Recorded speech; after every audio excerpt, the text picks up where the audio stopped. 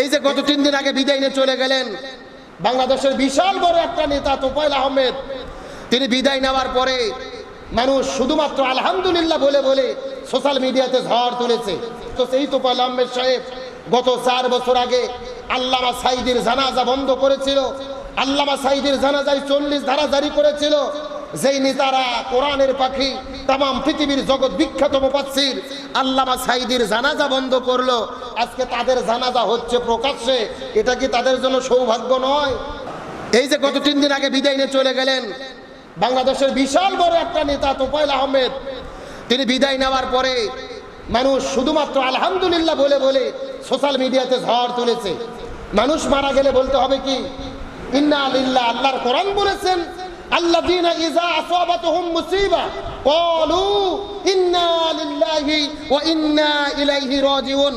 যখন তোমাদের কাছে বিপদের খবর আসে তখন তোমরা ইন্না লিল্লাহ বলবা। অথচ তোফায়েল সাহেব মারা যাওয়ার পরে মানুষ বলতেছে আলহামদুলিল্লাহ। লক্ষণ ভালো না খারাপ? এটা জান্নাতি ব্যক্তির মৃত্যুর আলামত নয়, এটা হলো জাহান্নামী ব্যক্তির মৃত্যুর আলামত। আপনি মারা যাওয়ার পরে এলাকার মানুষ আপনার জন্য দোয়া করবে, কান্না করবে, ইন্না লিল্লাহ বলবে, এটাই তো প্রয়োজন ছিল।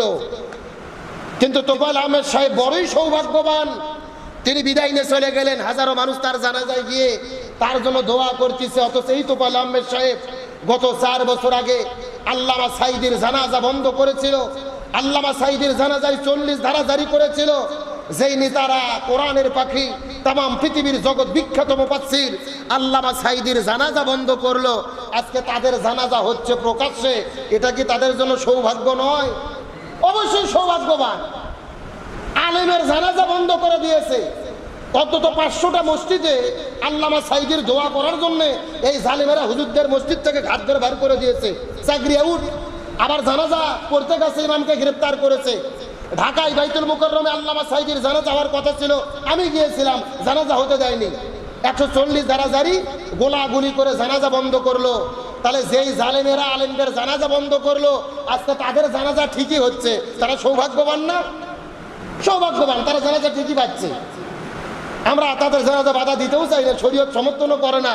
একটা কথা আছে, কুকুরের কাম কুকুর করেছে, কামড় দিয়েছে পায়, তাই বলে কি মানুষ হয়ে কুকুরের পায়ে কামড়ানো শোভা পায়? না, শোভা পায় না। কিন্তু অত্যন্ত একটা মারাত্মক বিষয়, বিদায় নিয়ে চলে গেলেন একটা মানুষ, মানুষ মরে গেলে দোয়া করতে হয়। অথচ তারা জয় বাংলা স্লোগান দিয়ে মিছিল করে করে তাকে কবরে নিয়ে যায় দাফন করতেছে। মানে এমন একটা ধর্ম, এদের দোয়া পড়া লাগতেছে না, জয় বাংলা স্লোগান দিয়ে লাশ কবরে ঢুকাচ্ছে। আচ্ছা বলেন তো, মানুষ মরে গেলে মানুষের জন্য দোয়া কোরআন হাদিসে আছে না নাই? আপনি কালেমা পড়েন, মৃত্যু মানুষের জন্য দোয়া আছে, দোয়া পড়েন, তার নাজাতের ওসিলার দোয়া পড়েন। দোয়া বাদ দিয়ে আপনারা জয় বাংলা স্লোগান দিয়ে কবরে দিচ্ছেন না। এটা মুসলমানের স্বভাব হতে পারে না। আপনার দলের স্লোগান থাকতে পারে, মরার পরে দলের স্লোগান নয়, আল্লাহর স্লোগান দিয়ে দোয়া পড়ে মুসলমান দাবি করলে কবরে দিতে হবে। যে তোফায়েল আহমেদ সাহেব, হাসানুল্লাহ বিন রাশেদ খান মেনন, আমাদের বগুড়ার কৃতি সন্তান শহীদ আব্দুল মালিক ভাই, শুধুমাত্র ইসলামী শিক্ষার পক্ষে কথা বলার জন্য মাথার ভেতরে ইট দিয়ে বাড়িয়ে বাড়িয়ে থেতলিয়ে থেতলিয়ে, এমনকি ড্রিল মেশিন দিয়ে মাথা ছিদ্র করে কানা করে আমাদের বগুড়ার সন্তান আব্দুল মালিক ভাইকে শহীদ করে দিয়েছিল এই তোফায়েল আহমেদ সাহেব, হাসানুল্লাহ বিন রাশেদ খান মেনন। আব্দুল মালিক ভাইয়ের কি অপরাধ ছিল? অপরাধ একটা, 1969 সালে তোফায়েল আহমেদ সাহেব ডাকসুর ভিপি ছিল। ওই সময় পূর্ব পাকিস্তানের শিক্ষা ব্যবস্থা কি হবে? আব্দুল মালিক ভাই বলেছিলেন, শিক্ষা ব্যবস্থা যদি আমরা কায়েম করতে চাই, যদি জাতিকে পরিবর্তন করতে চাই, কোরআনের শিক্ষা ব্যবস্থা কায়েম করতে হবে। 90% মুসলমানের দেশে কোরআন সুন্নাহ ছাড়া সমাজ পরিবর্তন হবে না। কোরআন সুন্নাহর শাসনের পক্ষে, কোরআন সুন্নাহর শিক্ষার পক্ষে কথা বলার জন্য তাকে শহীদ করে দেওয়া হলো। আজকে তিনি বিদায়ের আগেই ফিরাউনের মতো তার শরীরটা শুকে শুকে শুটকির মতো হয়ে বিদায় নিয়ে চলে গেল। এগুলো কার ফায়সালা? এই জন্য যারা দুনিয়াতে নাস্তিক হয়, ইসলামের বিরুদ্ধে দাঁড়ায়, আলেমদের বিরুদ্ধে দাঁড়ায়, পৃথিবীতে ফিরাউনের মতো তাদেরকে লাঞ্ছিত করে কে? এই জন্য আল্লাহর আরশের ছায়ার নিচে যদি জায়গা পেতে চাই, ক্ষমতা পাওয়ার পরে জালেম হওয়া যাবে না, ন্যায়পরায়ণ শাসক হওয়ার দরকার আছে না নাই? আমার প্রিয় বন্ধুগণ, মুসলমান ভাইরা গভীর মনোযোগ লক্ষ্য করুন। তাহলে আল্লাহ তাআলা আরশের ছায়ার নিচে 7 প্রকার মানুষদেরকে জায়গা করে দেবেন। তার মধ্যে প্রথম নম্বর হলেন যারা ন্যায়পরায়ণ শাসক হবে। ন্যায়পরায়ণ শাসক কে ছিলেন? হযরত ওমর ফারুক রাদিয়াল্লাহু তাআলা।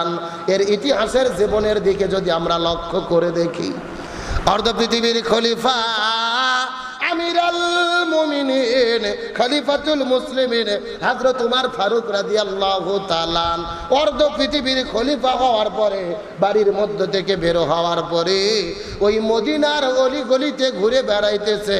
ওই গভীর রজনীতে দুঃখী মানুষের খবর নেওয়ার জন্য। জোরে বলেন সুবহানাল্লাহ। হযরত ওমর ফারুক রাদিয়াল্লাহু তাআলা অর্ধ পৃথিবীর খলিফা, মদিনার অলিগলির মধ্যে তিনি ঘুরে বেড়াইতেছেন গরিব দুঃখীদের খবর নেওয়ার জন্য। রাতের বেলা ঘুরতে ঘুরতে লক্ষ্য করে দেখে একটা বাড়ির ভেতরে ছোট্ট ছোট্ট কিছু সন্তান হাউমাউ করে কান্না করতেছে। এই সন্তানের মা বারবার ডেকে বলে, বাবা আমি চুলের মধ্যে রান্না করা শুরু করেছি, রান্নাগুলো রেডি হলেই তোমাকে খাবার দেব বাবা, খবরদার খবরদার, তোমাদের কোনো কান্না করতে হবে না। মার কথা শোনার পরে বাচ্চারা কিছুক্ষণ পরে কান্না বন্ধ করে দেয়, আবার কিছুক্ষণ পরে হাউমাউ করে কান্না করা শুরু করেন। হযরত ওমর ফারুক ঘরের দরজায় বাইরে রাস্তার মধ্যে দাঁড়িয়ে আছে। এইরকম বাচ্চারা কান্না করতে করতে রাত যখন গভীর হয়ে গেল, এই সন্তানগুলো যখন ঘুমিয়ে পড়লেন, সঙ্গে সঙ্গে তার মাটাও রান্না করা বন্ধ করে দিলেন। হযরত ওমর ফারুক চিন্তা করলেন, দেখি তো ঘটনাটা কি। তদন্ত করার জন্য যখন বাড়ির মধ্যে প্রবেশ করলেন, ঘরের মধ্যে প্রবেশ করার পরে লক্ষ্য করে দেখে একটা বৃদ্ধ মহিলা। হযরত ওমর ফারুক জিজ্ঞাসা করলেন, হে বৃদ্ধ মহিলা, তোমার সন্তানগুলো সন্ধ্যার পর থেকে হাউমাউ করে কান্না করে খাবার খাওয়ার জন্য, কিন্তু তুমি তাদেরকে খাবার দাও না। তাদের পেটের মধ্যে বড় ক্ষুধা, খাবার না দিয়ে তুমি কেন পাতিলের মধ্যে রান্না করো? রান্না কি তোমার শেষ হবে না নাকি? সারা রাত পার হয়ে যাবে, তোমার রান্নাটা কি শেষ হবে নাকি? তোমার কাছে জানতে চাই। বৃদ্ধ মহিলাটা হাউমাউ করে কান্না শুরু করলেন। এ পথিক, আমি জানি না তুমি কে, তোমার বাড়ি কোথায় জানি না, কিন্তু তুমি জেনে রাখো, এই যে আমি পাতিলের মধ্যে রান্না করা শুরু করে দিয়েছিলাম, এই পাতিলের মধ্যে কোনো চাল নাই, ডাল নাই, রান্না করার মতো কোনো খাবার নাই। এই পাতিলের ভেতরে আমি কিছু বালি দিয়েছি, খোয়া দিয়েছি, মিথ্যা মিথ্যা রান্না করার আমি অভিনয় করতেছিলাম।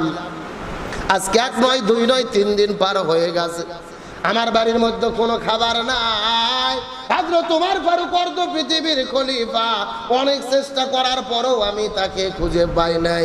কিন্তু আমার 3টা সন্তানটা সন্ধ্যা পার হওয়ার পরে হাউমাউ করে কান্না শুরু করে, খাবার খাইতে চাই, কিন্তু আমি কোথায় খাবার পাবো? খাবার দেওয়ার মতো কোনো সুযোগ না। এই জন্য পাতিলের ভেতরে কিছু ধুলা বালি ময়লা নিয়ে আর কিছু পাথর আর বালি নিয়ে রান্না করার অভিনয় করতেছিলাম। ওই সন্তানগুলো রান্না দেখতে দেখতে যেন ঘুমের মধ্যে ঘুমের ঘরে চলে যায়। আমার সন্তানগুলো এই রান্না দেখতে দেখতে দেখতে দেখতে যখন আস্তে করে ঘুমের মধ্যে চলে গেল, আমি তখন অভিনয় করাটা বন্ধ করে দিলাম। আমি আমার সন্তানগুলোকে ঘুমানোর জন্য এই মিথ্যা অভিনয় করলাম, শুধুমাত্র রান্না করা। আমি তো 3 দিন ধরে আমার সন্তানের মুখে কোনো খাবার দিতে পারি নাই। আমি সন্তানকে কি বলে বুঝাবো, কি বলে সান্ত্বনা দেব? আমি বৃদ্ধ মহিলা 3 দিন